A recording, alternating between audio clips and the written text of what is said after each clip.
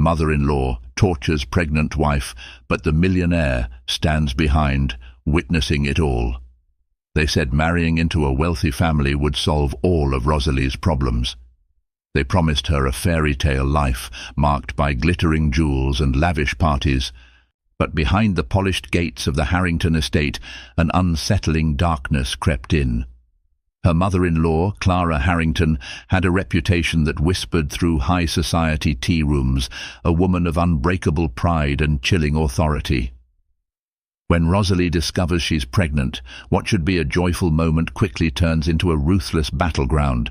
Forced to endure Clara's torment, Rosalie isn't sure if her silent, millionaire husband Adrian truly cares, or if he's complicit in it all.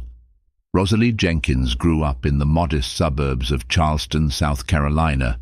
Her home was a small one-story house where the evening air always smelled of magnolias. She had never craved a lavish lifestyle. She was content with quiet nights in, a library's worth of novels, and her mother's homemade pies. Life was simple, until she met Adrian Harrington at a local gala she had managed to attend through a friend's invitation. Adrian was magnetic. He was everything Rosalie was not: bold, affluent, worldly. A millionaire at 30, he'd already taken the business world by storm, thanks to his family's generations-old shipping empire. Though Adrian was charming, it wasn't his wealth that drew Rosalie in. It was the unexpected kindness in his eyes. She saw in him a warmth that all his polish and sophistication couldn't conceal. Before she knew it, they were in a whirlwind courtship that culminated in a grand wedding at the Harrington family estate. The Harrington estate was a sprawling mansion perched on acres of meticulously groomed gardens. Adorned with antique tapestries and marble floors, it was the seat of a long lineage that prided itself on tradition. At the center of this tradition stood Clara Harrington, Adrian's imposing mother. She had sharp cheekbones, a regal bearing, and eyes that seemed to pierce through anyone who dared to cross her threshold. On Rosalie's wedding day, Clara's face was masked in a carefully practiced smile that never reached her eyes.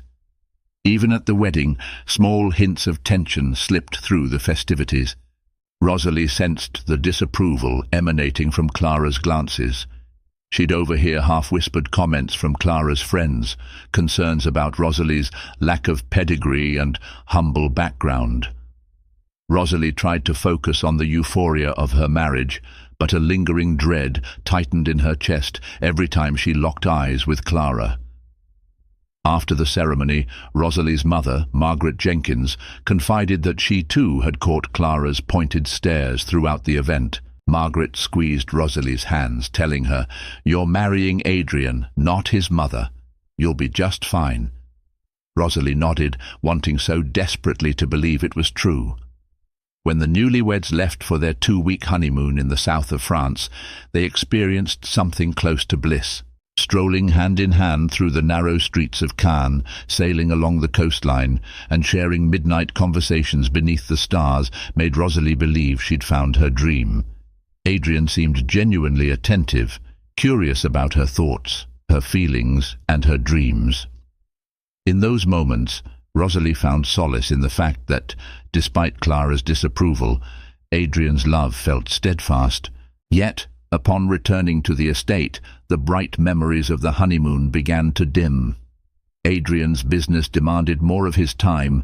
He often left early for meetings and returned late at night, exhaustion etched into his features. Rosalie was left to navigate her new home under Clara's watchful eye. The older woman wasted no time setting down rules that Rosalie found stifling. Breakfast in the grand dining hall at exactly 7 a.m. Luncheons with the women of the family's social circle every Tuesday. Absolutely no frivolous guests allowed without prior approval. All the while, Clara's eyes tracked Rosalie's every movement like a hawk circling its prey. During one dinner, Clara made a show of asking about Rosalie's upbringing. The inquiry sounded pleasant enough, but her tone was laced with condescension. "So Margaret was a housekeeper?" she asked, glancing at Rosalie over her wine-glass. Rosalie felt a hot flush creeping up her cheeks. She gripped her fork a little tighter and mustered a smile, explaining that her mother did domestic work to support the family after her father passed. Clara's response was a simple, "How honourable," but the words dripped with disdain. Alarm bells rang softly in Rosalie's mind. Still, she didn't want to let these tensions overshadow her newlywed happiness. Adrian was by her side, most of the time. She convinced herself that with patience, maybe she could gain Clara's acceptance. There had to be some kindness beneath her frigid exterior, but what Rosalie could not fathom was just how deeply Clara's resentment ran, or the lengths to which Adrian's mother would go when she discovered Rosalie was expecting a child. The illusions of marital bliss were about to splinter, and Rosalie would soon find herself standing in the crosshairs of a woman who believed no one was good enough for her precious son. It happened on a Saturday morning. The sky outside was painted in pastel hues of pink and orange, sunlight filtering in through the grand windows overlooking the rose garden. Rosalie had been feeling nauseous for weeks. She had just chalked it up to the stress of adjusting to her new lifestyle and her new mother-in-law's demands. But the faint suspicion in her heart nudged her to see the family doctor, discreetly of course. She didn't want to give Clara any new ammunition to use against her.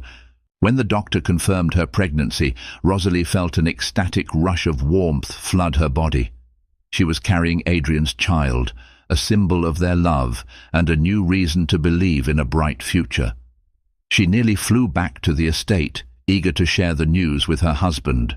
Adrian was due to return from a business meeting in New York that evening, and she wanted his to be the first ear to hear about the baby. But at the estate, Rosalie's excitement was cut short. She found Clara in the sitting room, casually flipping through a magazine. Almost as if possessed by her good news, Rosalie couldn't resist telling Clara first, her face aglow with happiness. "Mother Harrington," she said, her voice trembling slightly with excitement, "I just came from the doctor. Adrian and I are going to have a baby." Clara's reaction was not what Rosalie had imagined in her mind's rosy fantasies. The older woman's brow furrowed, and a look of cold calculation replaced any semblance of joy. "Are you quite sure, my dear?" was all she said. No congratulations, no gentle hug, no tears of happiness for a new life about to join the Harrington family. Instead, Clara cast a critical eye at Rosalie's stomach, as though inspecting an object of questionable quality. She rose from her chair and walked away without another word. Rosalie stood rooted, her heart pounding. She felt a sting of tears at the corners of her eyes. This was not how a pregnancy announcement was supposed to go. She swallowed the lump in her throat and decided to seek comfort in the solitude of the estate's library. Among the tall shelves of ancient books, she tried to quell her anxiety, reminding herself that Adrian would return soon. Adrian, who had seemed so caring and protective, would undoubtedly share her joy. That evening, when Adrian finally came home, Rosalie met him at the grand foyer. He looked tired, but there was no mistaking the flash of excitement in his eyes when she told him they were expecting. He pulled her into his arms, and for a brief moment, everything felt right. He kissed her forehead, whispering, "You've made me the happiest man in the world," and promised to shield her from anything that might harm her, especially Clara's sharp tongue. However, Rosalie soon discovered that words of protection meant very little if the storms were swirling within the same walls.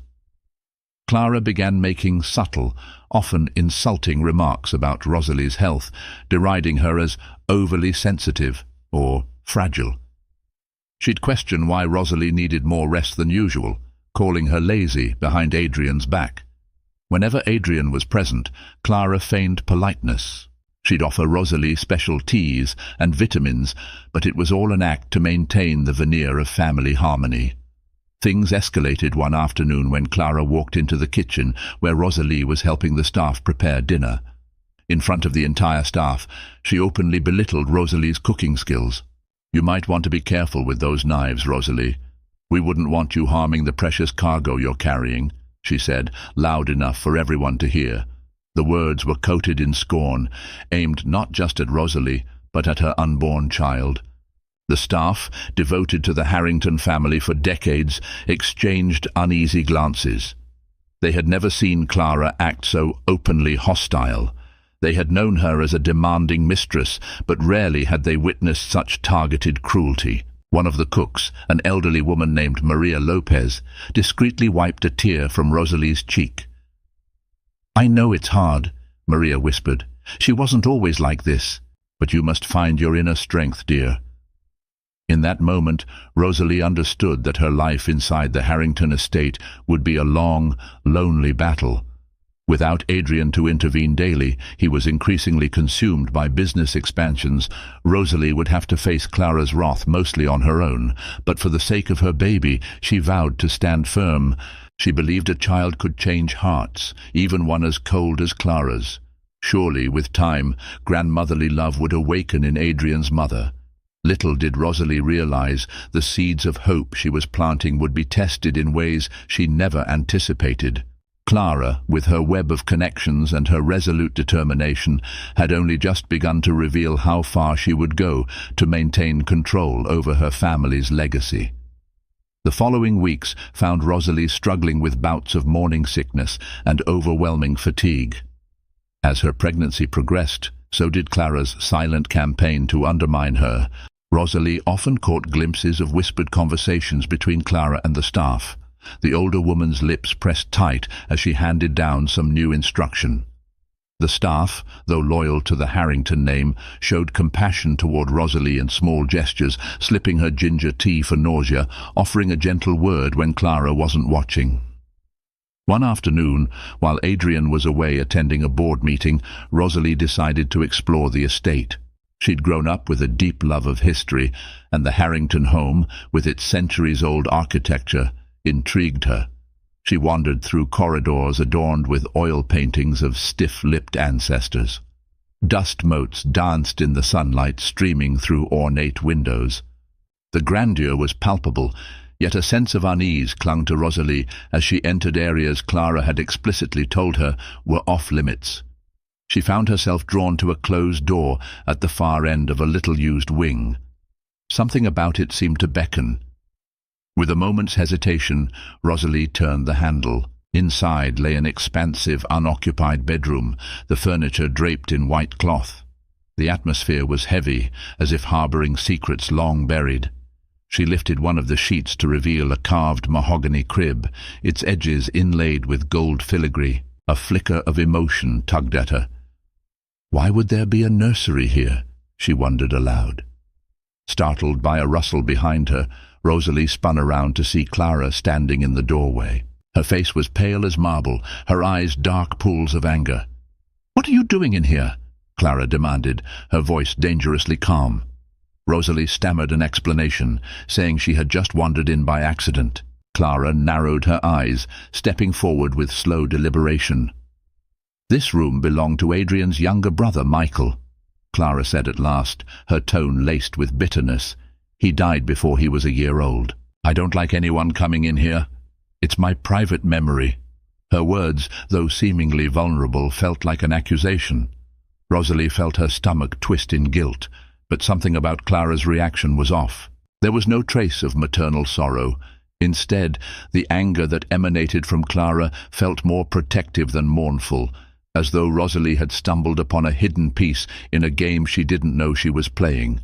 When Clara demanded she leave and never speak of the room again, Rosalie nodded quickly and hurried out. Her heart pounded as she made her way back to the main corridor. In her room she tried to calm herself with deep breaths, her mind reeling. She recalled the carved crib in that lonely space, a reminder of a tragedy that might be fueling Clara's hostility. But part of her couldn't shake the sensation that there was more to the story, a reason Clara carried such darkness within her. That night, when Adrian returned, Rosalie felt a surge of relief. She wanted to tell him about the hidden nursery and Clara's alarming reaction. But at dinner, Clara was on her best behavior. She asked after Adrian's trip, listened to his stories about new investors, and even inquired about Rosalie's morning sickness with a veneer of concern. Adrian, exhausted but glad to see some semblance of normalcy, didn't suspect a thing. Later, in the privacy of their suite, Rosalie carefully broached the topic. Adrian grew distant when she mentioned the hidden nursery. "My mother doesn't like to talk about Michael," he said softly. "He died from a sudden illness. She took it terribly hard. I suppose it might explain why she's so protective now." Rosalie's eyes widened.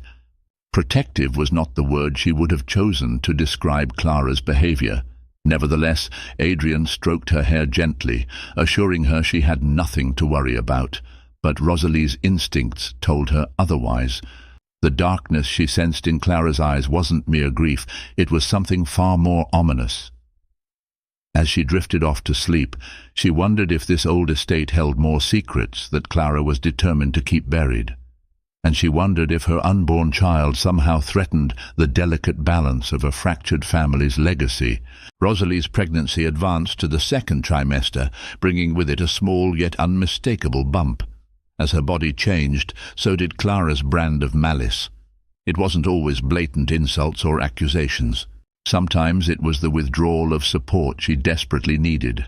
On cold mornings, the staff would receive instructions to keep the heating low in Rosalie's wing of the mansion, leaving her shivering in her room. Other times her meals arrived cold or late, as if lost in translation between Clara's orders and the kitchen staff. In the midst of this quiet torment, Rosalie tried to maintain her composure for Adrian's sake. Whenever she thought about confiding in him, she hesitated. Adrian was constantly traveling now, London, Singapore, Dubai, securing deals for a massive expansion of Harrington shipping. He would return home for only a couple of days before jetting off again, and each time he asked how she was faring, she'd see the exhaustion in his eyes and hear the quiver of concern in his voice. She couldn't bear to add more stress to his plate, especially knowing how carefully he tread around his imperious mother. One Sunday afternoon, Rosalie sat on a chaise lounge in the sunroom, trying to distract herself with an old copy of Jane Eyre. She felt the baby flutter, a sensation that brought a tired smile to her lips. At least she had this life growing inside her to keep her anchored. Just then, Clara entered with a cup of tea. For a moment, Rosalie felt hopeful. Perhaps Clara was finally extending an olive branch. "I've brought you some chamomile," Clara said, placing the teacup on the small table next to Rosalie. "It's good for nerves." Rosalie thanked her softly, taking a careful sip. But as the warm liquid slipped down her throat, an odd taste lingered on her tongue, bitter, metallic. She coughed, alarmed. "What's in this tea, Mother?" Clara's face remained impassive. "Just herbs," she said sweetly, though her eyes flashed with something cruel. "You should drink it all. It'll help calm you." A chill coursed through Rosalie. Instinctively, she set the teacup down, her mind racing. Could Clara be attempting something sinister, or was Rosalie's fear making her paranoid? The doubt gnawed at her. For the sake of the baby, she vowed to be more vigilant. She subtly avoided finishing the tea, pretending she'd lost her appetite. Clara's lips tightened in what might have been displeasure, but she said nothing. After a tense pause, she left the room. Rosalie's heart pounded. She needed to be sure she wasn't imagining things. She decided to pay a secret visit to the family doctor the next day under the guise of a routine prenatal checkup. She managed to slip out of the estate without drawing attention, thanks to a sympathetic driver who had worked for the Harringtons for years. At the doctor's office, she asked for tests on her blood work, and specifically mentioned feeling uneasy after drinking a tea prepared by Clara. The doctor, a middle-aged man with a fatherly demeanor, took her concerns seriously. He promised to rush the tests. For the next 2 days, Rosalie lived on edge, her mind filled with worst-case scenarios. When the results came back, the doctor reassured her. There were no toxins or harmful substances detected. "It might have been just a particularly bitter blend," he said gently. "Try not to stress too much. It's not good for your pregnancy." Relief washed over Rosalie, but it was tainted with guilt. Had she really believed Clara capable of harming her unborn grandchild?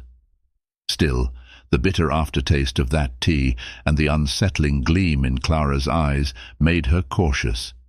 She pledged to approach every interaction with Clara more carefully. In the meantime, Adrian's phone calls became her lifeline. Late at night, when he was in some distant hotel suite, He would call to ask about her day and the baby's progress. Rosalie noticed a new tension in his voice. He would mention how his mother had called him earlier, concerned about Rosalie's lack of rest or strange dietary habits. Adrian sounded confused, torn between the mother he'd idolized and the wife he adored.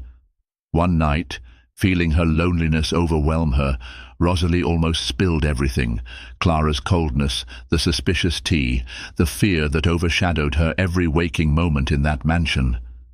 But she swallowed her confession. She knew Adrian was on the verge of finalizing a crucial deal that would elevate the Harrington empire to unprecedented heights. Stressing him with her worries now might compromise everything he'd worked for.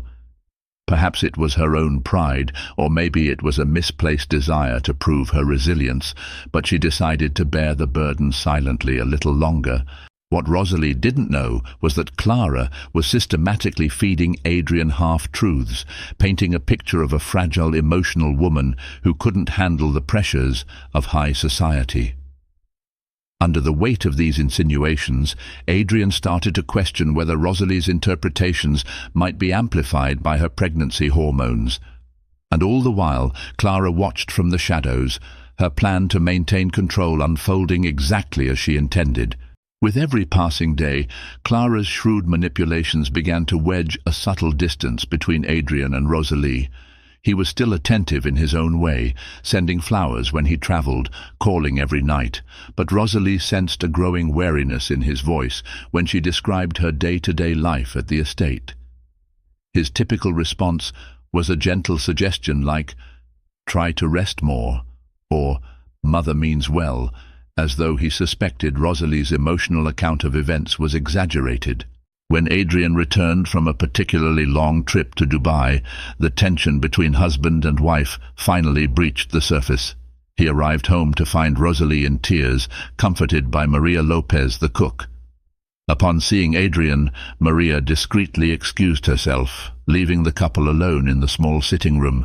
Rosalie explained that Clara had forbidden her from attending an important charity luncheon, one that Rosalie had helped organize to raise funds for neonatal care at the local hospital.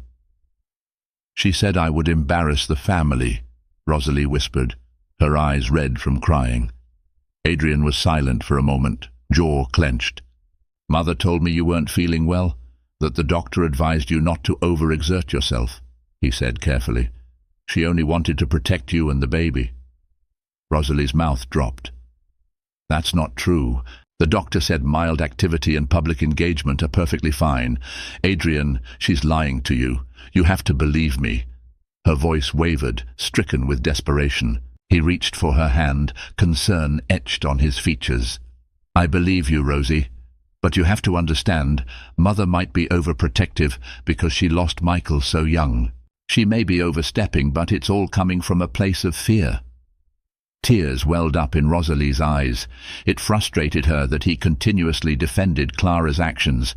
Yes, losing a child would be devastating for any mother, but did it justify the cruel manipulations and emotional abuse Rosalie was enduring? As if on cue, Clara entered the room, carrying a stack of papers. "Adrian, I just got the final accounting details for the charitable trust," she said, before glancing at Rosalie with practiced concern. "Oh, my dear. Are you quite all right? I heard you were upset." She turned to Adrian. "I only wanted to prevent her from taking on too much stress in her condition." Adrian stood there, torn between the two women he loved. The air in the room felt suffocating as Clara smoothly painted a picture of herself as the ever-concerned mother, just trying to shield the fragile Rosalie from any harm. Rosalie felt an almost dizzying sense of helplessness. She watched Adrian's face, searching for a sign that he saw through the facade. Instead, he nodded, conceding that Clara might have been misguided, but well-intentioned. A crack formed in Rosalie's trust that day. She loved Adrian, but she could sense him slipping deeper into Clara's thrall of half-truths and manipulations. The mother-in-law she had tried to appease was sowing seeds of doubt between them, and Rosalie, pregnant and isolated, felt her self-confidence waver. Later that night, as she lay in bed, Rosalie couldn't sleep. She ran her hand over her belly, feeling the baby's reassuring kicks. In her heart, she vowed to protect her child from the family drama swirling around them. This baby was her only hope, a bright spark in the darkness. She prayed that once the baby arrived, it would melt Clara's frozen heart, forcing her to see reason. But unbeknownst to Rosalie, Clara had already begun to lay the groundwork for her next move. She had parted ways with her usual circle of friends and begun reaching out to more influential contacts. People like the renowned obstetrician Dr. Eleanor Reed, who had delivered the children of celebrities and aristocrats alike, including, in a moment of name-dropping that Clara relished, the daughter of Kris Jenner.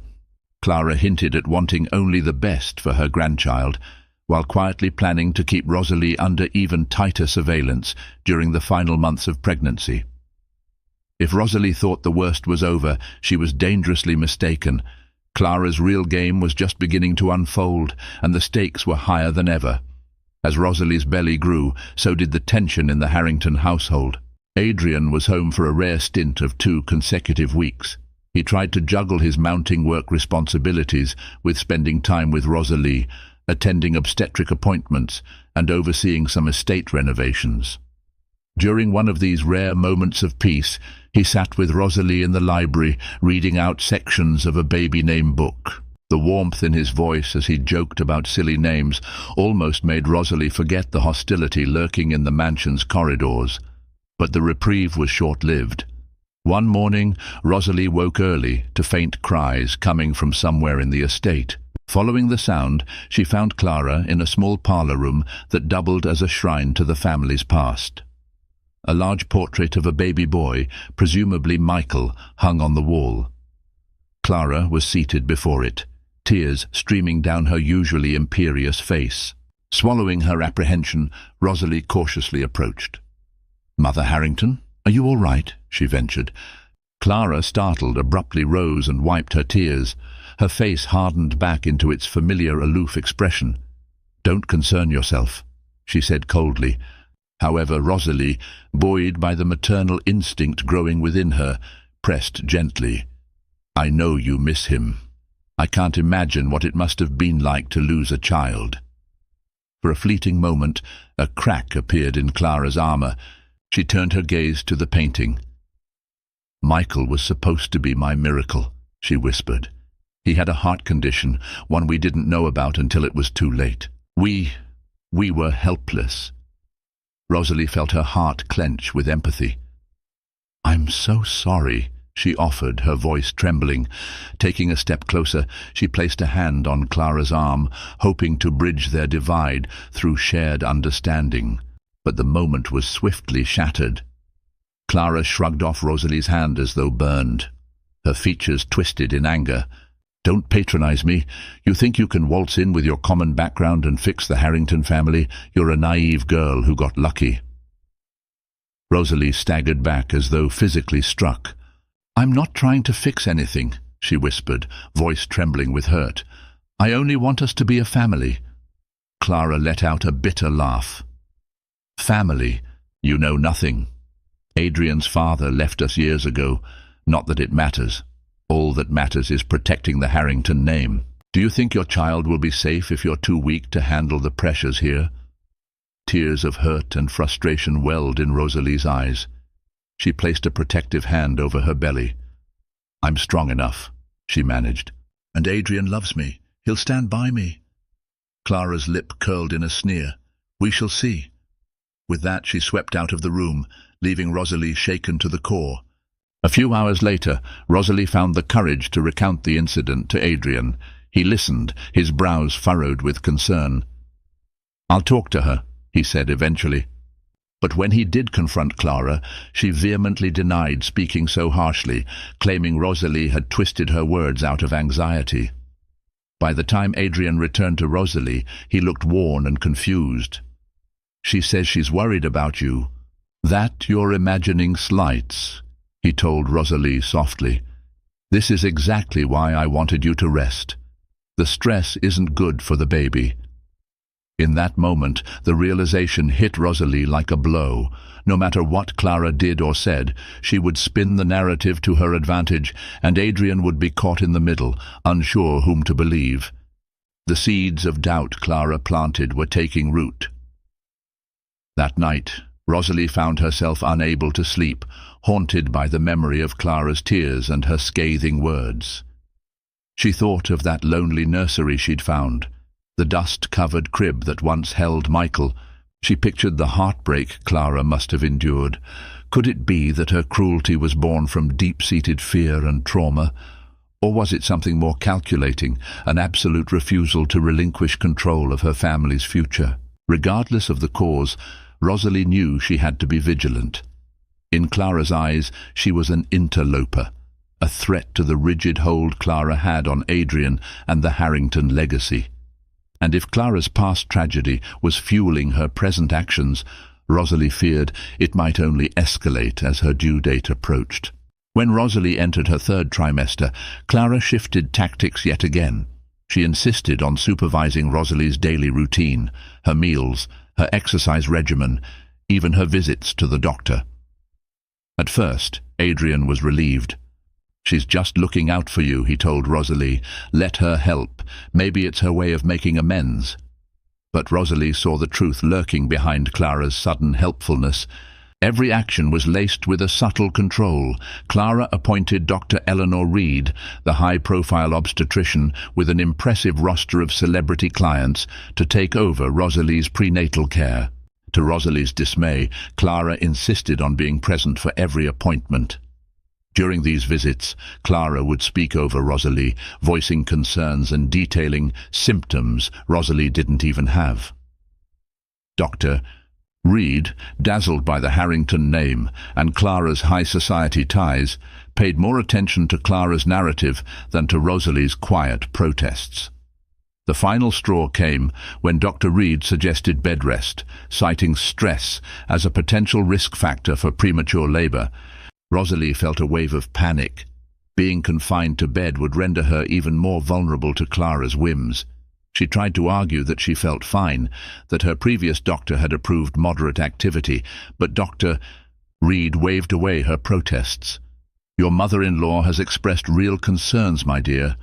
We must prioritize the well-being of your child," she said in a patronizing tone.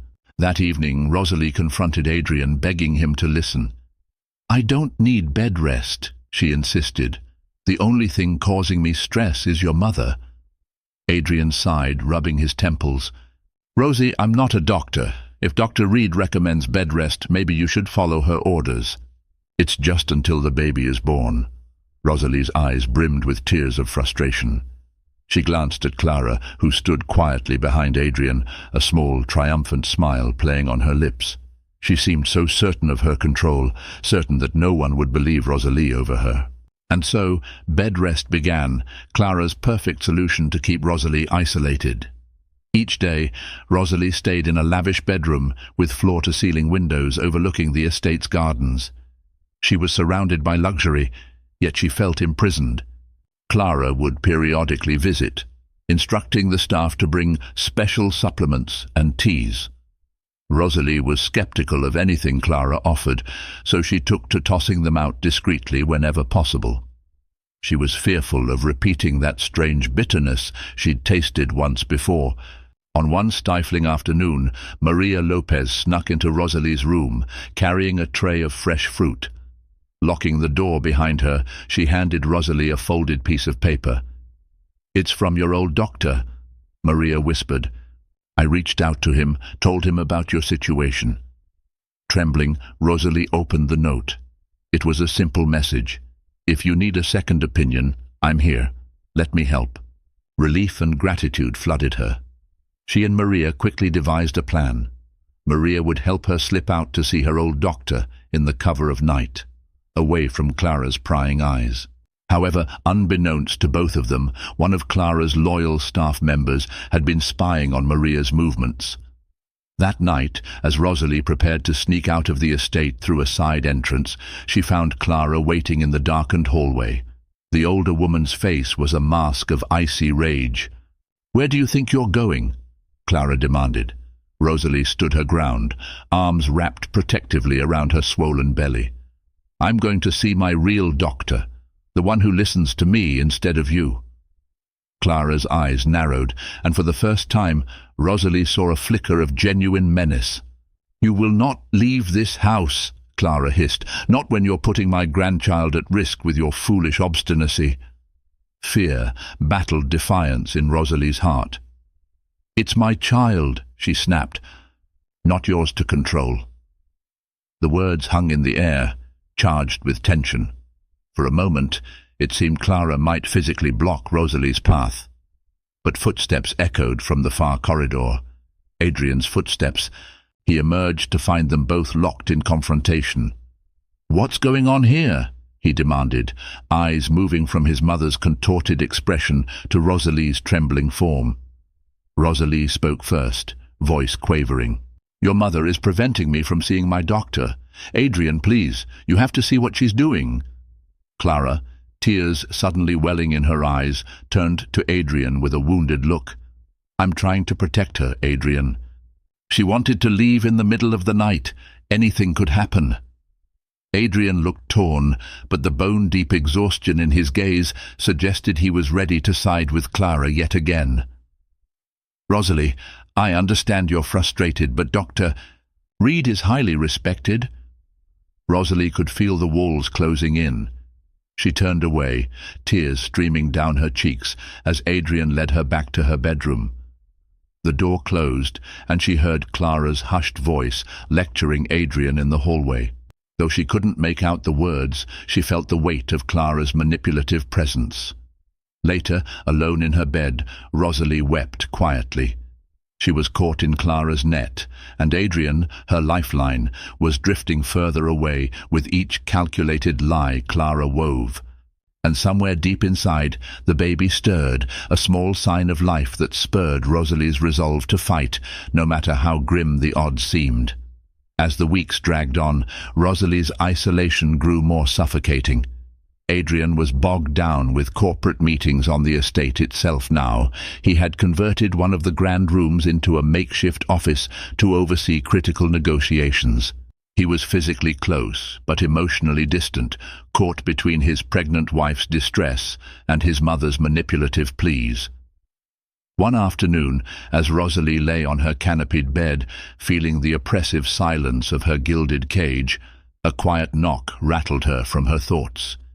Expecting Maria, she was surprised to see William Harrington, Adrian's father, slip into the room. He was a tall man with a weary, time-worn face. Rosalie had only met him a handful of times. He lived primarily abroad, having left Clara years ago under strange circumstances that no one in the family fully discussed. You shouldn't be here, Rosalie muttered, panic rising. Clara might... William held up a hand. Let me worry about Clara. I came to see you, he said, his voice gentle but firm. He walked over to a nearby chair and sat down, observing her closely. You don't look well, child. Rosalie couldn't hold back her tears. The words tumbled out of her, recounting everything. Clara's orchestrated isolation, the forced bed rest, the cancelled charity event, Dr. Reed's complicity, and Adrian's confusion. William listened quietly, his face growing darker with each passing revelation. Clara has always been controlling, William said at last, choosing his words carefully. When Michael died, it nearly broke her, but she refused any help. She channeled her grief into obsession over Adrian, over the Harrington legacy. It's why I left. I couldn't be part of that toxic environment anymore. He paused, as though weighing how much to reveal. I regret leaving Adrian behind, but Clara had all the resources and the power of the Harrington estate. I was just an heir by marriage, not by blood. My stepping away was meant to shield him from our constant battles. Rosalie listened, heart pounding. William, I'm scared for my baby, she admitted. I don't know what Clara is truly capable of. And Adrian, he's too torn to see what's happening.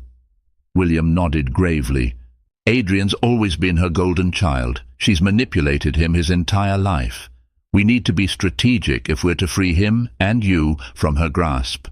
Trust me, I have some influence left in this family's affairs." That day, William and Rosalie formed a desperate alliance. He promised to arrange for a neutral doctor's opinion, someone not tied to Clara's social circle.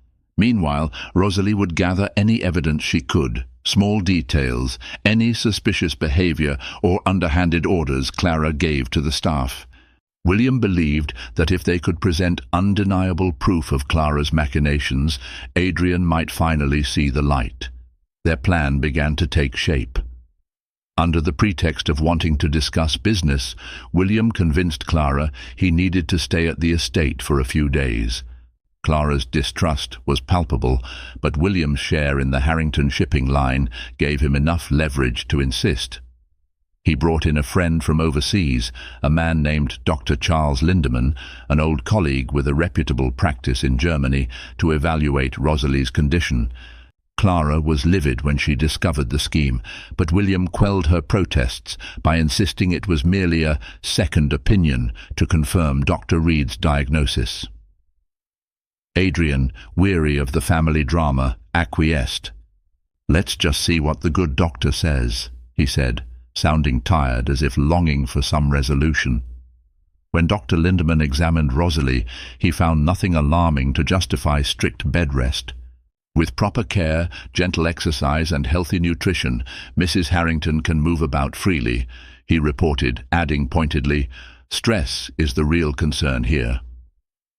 The next morning, William confronted Clara and Adrian together with Dr. Lindemann's findings. "Your mother forced Rosalie into bed rest without medical necessity," William stated to Adrian. "Why, Clara? Why isolate her like this?"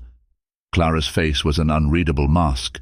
She claimed to have acted on expert medical advice. After all, Dr. Reed was widely respected. Adrian looked between his parents, torn. Rosalie stood nearby, her heart pounding. The moment felt like it could change everything. If Adrian sided with William, maybe Clara's stranglehold on the household would finally loosen. But Clara played her trump card. She broke down in tears, genuine or otherwise, lamenting Michael's death and her inability to bear another tragedy. She spoke of nightmares, of waking up drenched in sweat, terrified that Rosalie's baby would suffer the same fate. Her words, dripping with anguish, were enough to fracture William's argument. Adrian's resolve wavered. In the end, Adrian decided to keep both Dr. Reed and Dr. Lindemann on call, insisting that Rosalie follow a more moderate regimen. It was a compromise that left Rosalie feeling half victorious, half defeated. Clara's manipulations still loomed large, but now Rosalie at least had William's support, a flicker of hope in the mansion's dim corridors. As William left Rosalie's room, he squeezed her hand reassuringly. "We've started, but Clara isn't one to back down easily. Be ready." Rosalie nodded, steeling herself. She was in too deep to turn back, and with every passing day, her baby's due date drew closer. She braced for the final battle that she sensed was coming, a confrontation that would either shatter Clara's hold over the family or break Rosalie entirely. Despite Dr. Lindemann's recommendation for a more balanced approach, Clara refused to concede defeat. She doubled down on passive-aggressive remarks, questioning Rosalie's every move. She insisted the staff record Rosalie's daily meals, water intake, and sleep hours, creating a log under the pretense of monitoring the health of the heir. Adrian, overwhelmed by business deals and family tensions, seldom had the energy to challenge her. Weeks turned into days before Rosalie's due date. The mansion buzzed with an undercurrent of apprehension.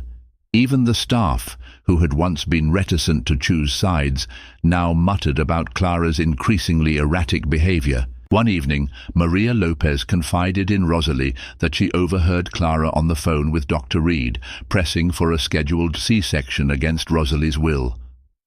"Why does she want that?" Rosalie asked, stomach sinking. Maria shrugged. "She said something about ensuring a controlled environment. That's all I caught before she noticed me." Rosalie felt panic rise. A forced early delivery, orchestrated by Clara and Dr. Reed, could jeopardize her health and her baby's. She needed to act fast. That night, she discussed her fears with William in hushed tones. The older man's face hardened. "We need Adrian to see how Clara and Dr. Reed are collaborating," he said. "Without his intervention, they may try to coerce you into that operation anyway." The next day, an opportunity arose. Adrian arranged for a final prenatal examination at the mansion, bringing both Dr. Reed and Dr. Lindemann. Clara stood by, arms crossed, face impassive. While the doctors examined Rosalie, William discreetly recorded the conversation on his phone. Dr. Reed recited a list of potential complications, advocating a C-section in alarmist terms. Dr. Lindemann calmly refuted each point, asserting that Rosalie's vitals were strong, the baby well-positioned, and there was no immediate risk. Citing medical studies, he insisted that a natural birth remained the safest option unless complications arose. Frustrated by the contradiction, Dr. Reed stepped away with Clara to the far corner of the room. In hushed voices, but not entirely out of earshot, Dr. Reed insisted, "This is your grandchild, Mrs. Harrington. If we do this naturally, there are too many unknowns." Clara nodded emphatically. "Exactly. We can't chance it." William caught enough of their exchange on the recording. The tension in the room was palpable. Adrian, looking haggard, finally demanded clarity. "All I want is the best for my wife and child," he said, his voice cracking. "If Dr. Lindemann sees no evidence of risk, then why push a C-section?" Dr. Reed's face tightened. "I'm merely presenting an option. A C-section is standard procedure in many high-profile cases, especially with older mothers." "I'm not an older mother," Rosalie interjected, her voice trembling with anger, "and you haven't given me a valid medical reason for this. I want the chance to give birth naturally, if my body allows it." A thick silence followed. Clara glowered, but before she could speak, William played the partial recording he had captured. It echoed with Dr. Reed's fear-mongering and Clara's unwavering insistence on control. Adrian's eyes widened in shock, the scales finally tipping. "Mother, what is this?" he whispered, voice full of betrayal. Clara tried to backtrack, claiming it was out of love, out of fear, but Adrian's face darkened. "I can't believe you would do this behind our backs." Dr. Reed, caught in the crossfire, stammered excuses. "I never meant to override the patient's will." Adrian cut her off. "I want you off this case, effective immediately." Dr. Reed's mouth gaped, but one look at Adrian's fierce expression told her there was no recourse. She quickly gathered her things and departed. Clara stepped forward, tears brimming in her eyes. "Adrian, darling, don't do this. I only wanted—" But Adrian raised a shaking hand. "Don't. You lied to me. You manipulated Rosalie. I think it's best if you stay out of our affairs until the baby is born." Rosalie felt an overwhelming surge of relief mingled with heartbreak. Finally, Adrian was confronting Clara. Yet the pain in his voice was unmistakable. Clara had shaped his entire life, and now he stood at odds with her. She opened her mouth to speak, but Adrian just shook his head. "You've done enough," he said softly, leading Rosalie out of the room. William lingered behind. He looked at Clara with a mixture of pity and resolve. "You've lost, Clara," he said quietly, then followed his son. Left alone, Clara's face twisted with rage and sorrow. She sank into a chair, wringing her hands. She had been on the verge of controlling every detail of this child's birth, of ensuring no possibility of heartbreak or unforeseen tragedy. And now, in an instant, her carefully woven tapestry of control had begun to unravel. Outside the door, Rosalie and Adrian embraced. For the first time in months, Rosalie felt a semblance of safety. Adrian whispered, "I'm so sorry, Rosie. I should have believed you sooner." She clutched him tightly, tears of relief streaming down her cheeks. "We'll be okay," she whispered, unaware that Clara's final desperate act was still to come. The night Rosalie went into labor was stormy, rain lashing against the mansion's windows. Despite the tension swirling in the household, Adrian had set up a cozy makeshift delivery suite in their private quarters, complete with soothing music and soft lighting. Dr. Lindemann was on call, ready to oversee the birth. As Rosalie's contractions intensified, Adrian stayed by her side, coaching her through each wave of pain. William paced the hallway, checking occasionally to ensure all was going smoothly. The staff, many of whom had grown fond of Rosalie, lit candles in the estate's small chapel, praying for a safe delivery. Clara's presence weighed heavily on everyone's minds. Since Adrian's confrontation, she'd kept to her private rooms, uncharacteristically silent. But as Rosalie's labor progressed, she appeared in the hallway, eyes rimmed with worry and guilt. She stood at the threshold, watching her son cradle Rosalie's hand through her contractions. She seemed to wrestle with conflicting emotions, maternal protectiveness warring with her need for control. When Dr. Lindemann announced that Rosalie was fully dilated and ready to push, Clara hesitantly approached. Adrian shot her a wary glance, but Rosalie, exhausted and in pain, found it in her heart to whisper, "Let her stay." She wanted her child to be born into a family, however fractured. Adrian nodded reluctantly, and Clara stepped inside, lingering at the edge of the room. Rosalie bore down, sweat beading on her forehead. Pain tore through her, but she clung to Adrian's hand, focusing on the promise of new life. The storm raged outside, thunder echoing in the distance. Time blurred in a whirlwind of labored breathing, shouted encouragement, and the intense pressure of childbirth.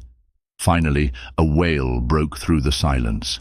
A tiny baby girl entered the world, pink-faced and screaming with life. Dr. Lindemann quickly cleaned and swaddled her before placing her gently into Rosalie's arms. Adrian's face shone with tears as he caressed his daughter's cheek. Rosalie wept openly, love flooding every cell of her being. Behind them, Clara stood frozen. Her eyes, locked on the newborn, brimmed with tears that teetered between joy and sorrow. Carefully, as though afraid of rejection, she stepped forward. Rosalie caught the movement and, with trembling arms, extended the baby toward her. Clara's breath hitched. For a long moment she stared at her granddaughter, her lips quivering with unspoken emotion. Adrian looked at his mother uncertainly. Part of him was still furious at her manipulations, yet he couldn't deny the genuine heartbreak etched on her face. Clara reached out with tentative hands, and Rosalie gently placed the baby in them. "What's her name?" Clara asked, voice trembling. "Penelope Clara Harrington," Rosalie said softly, meeting Clara's eyes. It was a deliberate choice, one she hoped might bridge the chasms of hurt between them. Clara's face registered shock, followed by a release of tears she'd held back for years. She sank into a chair, holding the baby as though cradling the most precious treasure on earth. In that moment, something in Clara cracked open. Memories of Michael, sorrow for her past actions, and a desperate longing for redemption seemed to collide in her eyes. "She's beautiful," she whispered, tears rolling down her cheeks. Adrian placed an arm around Rosalie, relief washing over him. A fragile peace settled in the room, illuminated by the gentle glow of a new beginning. Over the following weeks, the Harrington estate slowly began to heal. Clara's transformation wasn't instantaneous, but she made visible efforts, apologizing to Rosalie, stepping back from constant oversight, and seeking help for her lingering grief over Michael. She would never be the warm, doting mother-in-law Rosalie had dreamed of, but the hostility that once simmered between them lessened under the shared love for baby Penelope. William returned to Europe, satisfied that Adrian and Rosalie, with their new family, were on a path to mending old rifts. Dr. Lindemann departed, leaving clear instructions for postpartum care, along with a gentle admonition for Clara to let Rosalie recover on her own terms. As Rosalie sat on the estate's balcony one sunny afternoon, holding Penelope and watching Adrian work in the rose garden below, she couldn't help but reflect on her tumultuous journey. She had faced isolation, distrust, and heartbreak, but through her perseverance, and with help from unexpected allies, love had triumphed over cruelty. The scars were still there, but they shaped a stronger family, one that looked to the future with cautious hope. Sometimes Rosalie thought about the moment she first told Clara about her pregnancy, only to be met with an icy stare. She realized how far they'd come, and though she would never forget the pain, she also wouldn't let it define her. She vowed to raise Penelope in a home full of warmth and honesty, where secrets would find little room to grow. She hoped Clara might find peace in grandmotherhood, healing from the wounds that had driven her to such desperate extremes. If ever Rosalie doubted her strength, she only had to look at her daughter's eyes, a perfect mix of her parents'. In that gaze, she saw the promise of a love that could overcome any darkness, proof that even in the face of torment, hope and resilience could guide her toward a brighter tomorrow. Thank you for accompanying Rosalie on her heart-wrenching journey, from a blissful newlywed to a terrified mother-in-waiting, and ultimately to a stronger, more confident woman at peace with her place in the Harrington household. We've witnessed how family conflicts and secret agendas can threaten to pull a couple apart, yet love, perseverance, and the miracle of new life can bridge the deepest divides. Now that Rosalie, Adrian, and baby Penelope have found their way through the storm, what lies ahead for them will surely be a mix of challenges and triumphs. But one thing is certain, they have learned that true love outlasts even the darkest manipulations. If you found this story gripping and inspiring, please like, share, and subscribe to support our channel.